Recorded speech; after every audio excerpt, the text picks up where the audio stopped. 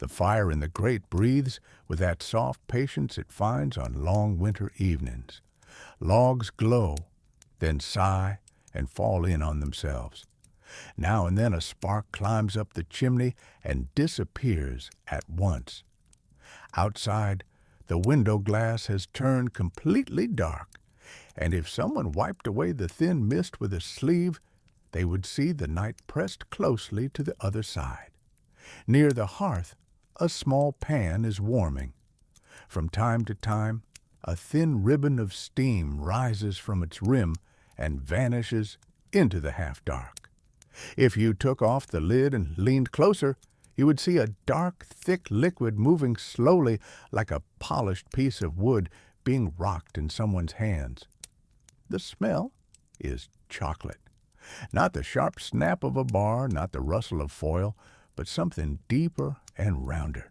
It is the smell of hot chocolate, of cocoa, of the drink that, for many people, is what winter feels like in a cup. It seems so obvious and harmless that it is easy to imagine people have always done exactly this.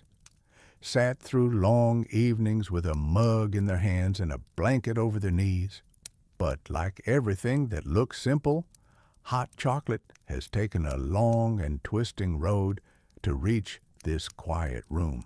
If we follow the rising steam and let it carry us away from the fire, back through time, the walls and furniture begin to fade. The stone of the fireplace turns into another kind of stone. The soft lamplight gives way to a bright, hard sun. The air grows warm and heavy, full of the smell of damp earth after rain. We are far from winter now, in the tropical forests of Central America many centuries ago. Tall trees with dense foliage stand all around.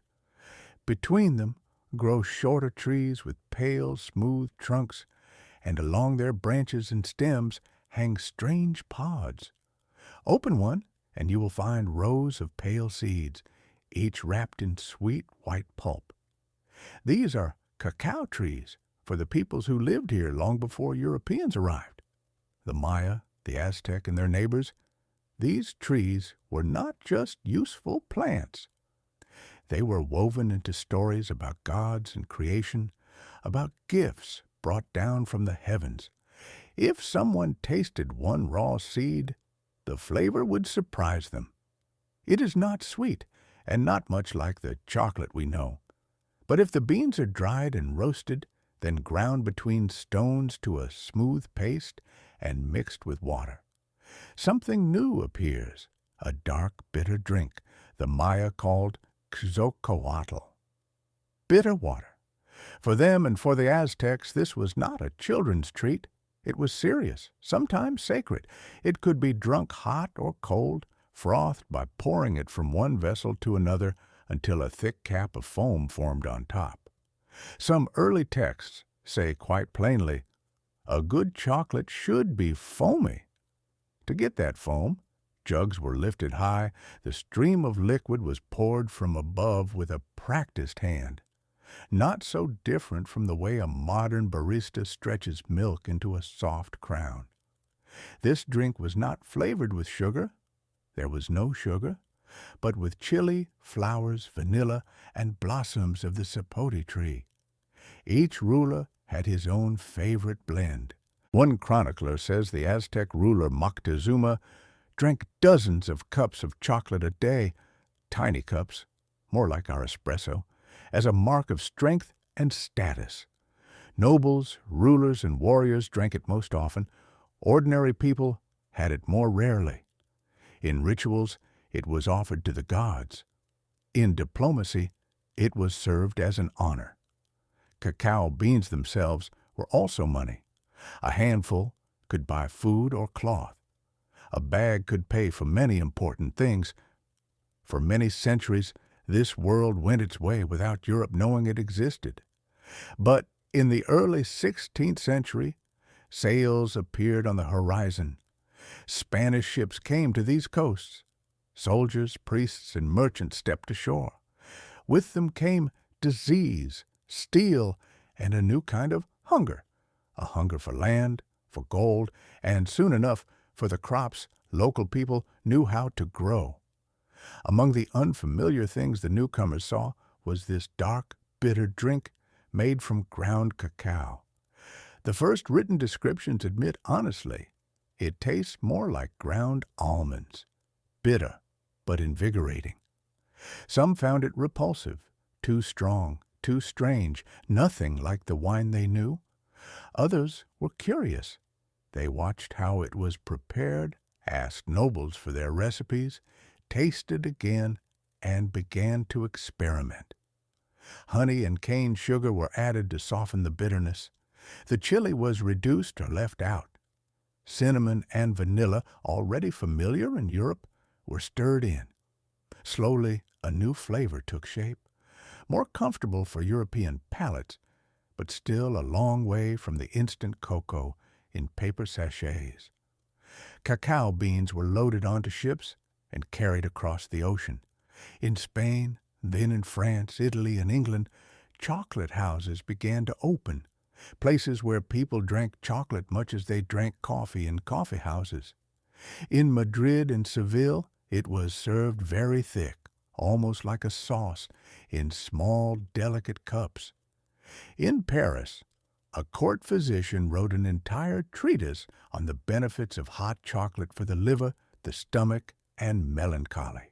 In London, one busy chocolate house would, over time, grow into something completely different, where sailors gathered to trade news and insure their ships. At first, chocolate was still a luxury. Cacao came from far away, and sugar was expensive. In Spain, the crown even introduced a royal monopoly on cacao trade. In some places, there was a serious argument about whether chocolate mixed with water broke the rules of fasting. Some churchmen said, "If it is liquid, it is a drink, and so it is allowed." Others insisted, "It is too nourishing, therefore it is food."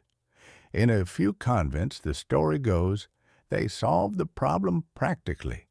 They simply served chocolate during long services, so that the nuns would not faint. While Europe drank sweet chocolate, something heavier was happening on the other side of the ocean. More and more land in the Caribbean and the Americas was cleared for sugar plantations. The work on those plantations was done largely by enslaved people taken from Africa. Their days were long, harsh, and often hopeless. The sugar that sweetened a cup of chocolate in a European drawing room carried, unseen, the weight of their labor. Later, cacao plantations in many regions would also rely on forced or badly paid work. The cheerful pictures on a tin of cocoa powder hid a history of ships and fields under a burning sun. Meanwhile, in European kitchens, chocolate kept changing. More and more often it was mixed not with water, but with milk. Some recipes insisted that true drinking chocolate should be made only with water, as it was among the Maya and Aztecs. Others argued that milk made it more refined and more suitable for the breakfast table. In time, the milky version won. The liquid in the cup grew lighter and softer, more and more like what we now call hot chocolate.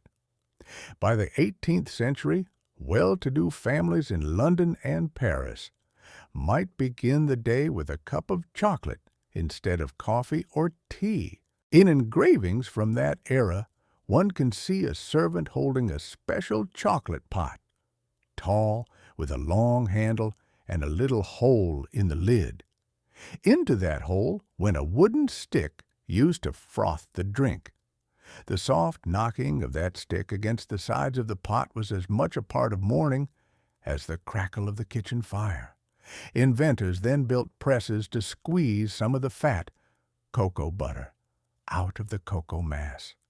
The remaining cake was dried and ground into a fine powder, cocoa powder. In the Netherlands, one enterprising chemist developed an alkalized process that made the powder darker and milder in taste. It became known simply as the Dutch process.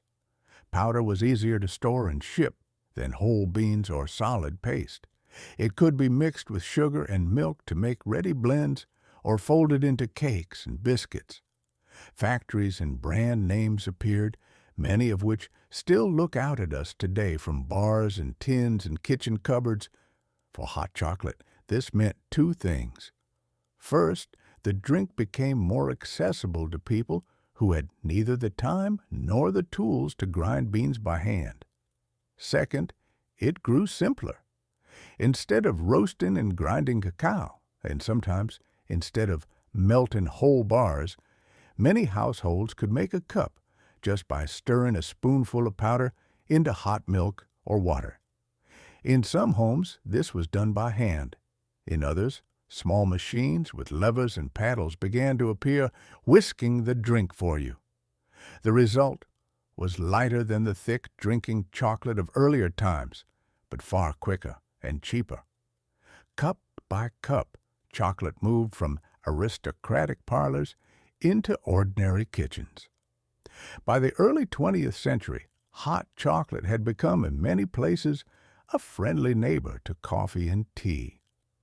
Advertisements showed it as a wholesome drink for children, a reward after school, a comfort before bed. In some countries it belonged mainly to breakfast. In others it was more closely tied to evenings, to cold weather, to holidays. Instant mixes in tins and packets appeared. In some homes the drink was soft and milky, in others very sweet. Almost everywhere the original bitter character of cacao hid behind sugar and cream. But old habits survive better than we think. In Mexico and Central America, families kept making chocolate their own way, dissolving spiced tablets of chocolate in water or milk, sometimes cast in the shapes of animals or stamped with simple patterns. They frothed it with a special wooden whisk, a molinillo, rolled quickly between the palms to raise a thick foam. In Spain and parts of France, people still loved chocolate a la taza, so thick it looked as if you might stand a spoon upright in it. It was often eaten with churros or simple sweet rolls. The drink had spread across the world and grown dozens of varieties, but at its heart there was still the same dark seed from the forest tree. At the end of the 20th and the beginning of the 21st century, another turn came. People began to look more closely at where their food came from. The hidden histories of sugar and cacao, of plantations and forced labor, became more widely known. At the same time, small producers and chocolatiers started working directly with farmers, paying attention to cacao varieties, to fermentation and roasting, to chocolate made bean to bar. The world of chocolate became more complicated, and for those willing to look, more honest. In living rooms and kitchens, a generation raised on instant cocoa rediscovered the pleasure of hot chocolate made from real chocolate. Some melted pieces of dark bars into milk on the stove, others whisked cocoa powder with a pinch of sugar and a little water into a paste before adding the rest of the milk. People reached again for spices, a little cinnamon, a shaving of nutmeg, a hint of chili. They experimented with plant milks, with less sugar, with richer cream.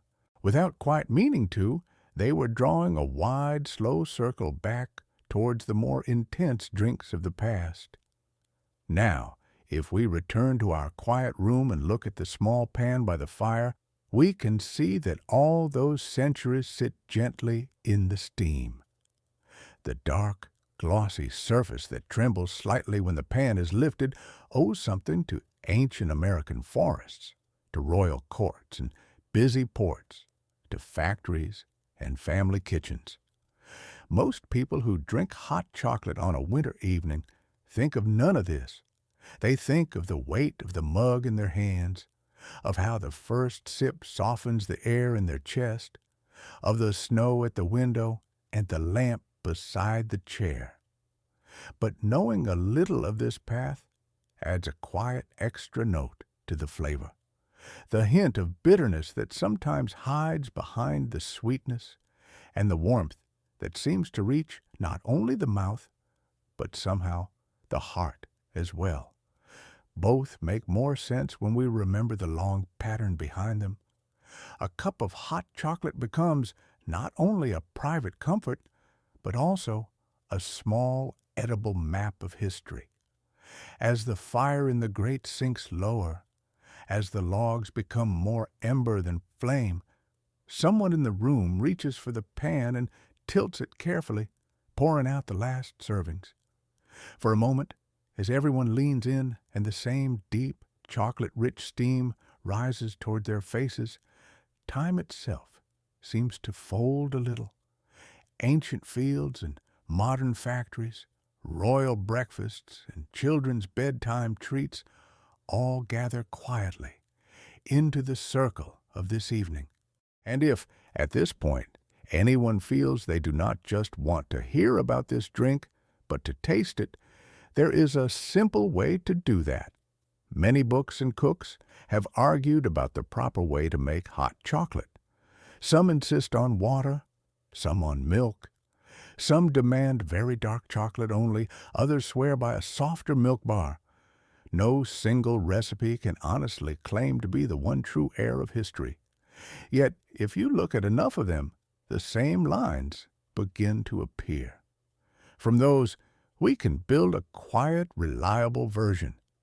Perhaps not the richest or the lightest in the world, but a good, steady foundation for your own preferences. You do not need anything rare. A bar of good dark chocolate with around 70% cocoa will do very well. If you like, you can add a spoon or two of plain, unsweetened cocoa powder to deepen the flavor. For the liquid, whole milk makes a soft, comforting base. Oat or almond milk work too, if that suits you better. A little sugar or honey, a pinch of salt, and perhaps a trace of vanilla or cinnamon are enough to give the drink its character. The method is unhurried. First, chop the chocolate into small pieces. This helps it melt gracefully without sulking. In a small saucepan, put 2 or 3 teaspoons of sugar, a good tablespoon of cocoa powder, if you're using it, and a splash of milk. Just enough to make a thick paste. Set the pan over the lowest heat and stir until the mixture becomes smooth and glossy. This small step keeps the cocoa from sitting later on the surface in pale little clumps. When the paste is dark and even, slowly pour in the rest of the milk, stirring all the while. Add the chopped chocolate and let it begin to soften. Keep the heat very gentle. You are not boiling potatoes here. You are coaxing 2 ingredients into friendship. Anyone who has ever scorched milk or chocolate remembers how quickly they can turn stubborn and refuse to cooperate. Here, patience is your best ally. As the milk warms, stir from time to time, making sure the chocolate melts completely. Soon the liquid will grow darker and a little thicker. Tiny bubbles will appear around the edge of the pan, and a light steam will rise. This is the moment to pay attention. You do not want a rolling boil. A quiet shiver on the surface is all you need. Now take the pan off the heat. Add the tiniest pinch of salt, just enough to wake the flavor, and a drop or 2 of vanilla extract if you like that gentle warmth. Taste carefully. If you prefer it sweeter, add another spoonful of sugar or honey and stir until it dissolves. If the drink feels a bit heavy, loosen it with another splash of milk. If it seems too light, return it briefly to the heat and let it thicken slightly, whisking so the texture stays smooth. For a final touch, whisk the hot chocolate briskly for a few seconds with a small whisk or even a fork. A little air will slip into it, and it will sit softer and lighter on the tongue, a quiet echo of the foam that once crowned cups in Maya and Aztec homes. From here, the path divides. A pinch of cinnamon will add gentle, woody sweetness. A shaving of fresh nutmeg will make the aroma a little like old books and winter feasts. A tiny hint of chili can recall the drink's earliest ancestors. For those who like their evenings a little stronger, a spoonful of dark rum or brandy stirred in just before serving will turn it into a grown-up companion, though it is perfectly happy remaining a child's friend too. Pour the hot chocolate into sturdy mugs or cups. If you wish, you can add a small cloud of softly whipped cream on top, or a few miniature marshmallows to melt slowly into the surface. Or you can leave it bare, a dark mirror reflecting the fire. However you choose to finish it, may this cup bring a little more warmth to the night, make the long season feel a little softer, and perhaps quietly remind you that even the simplest pleasures around us carry stories far older and larger than we are.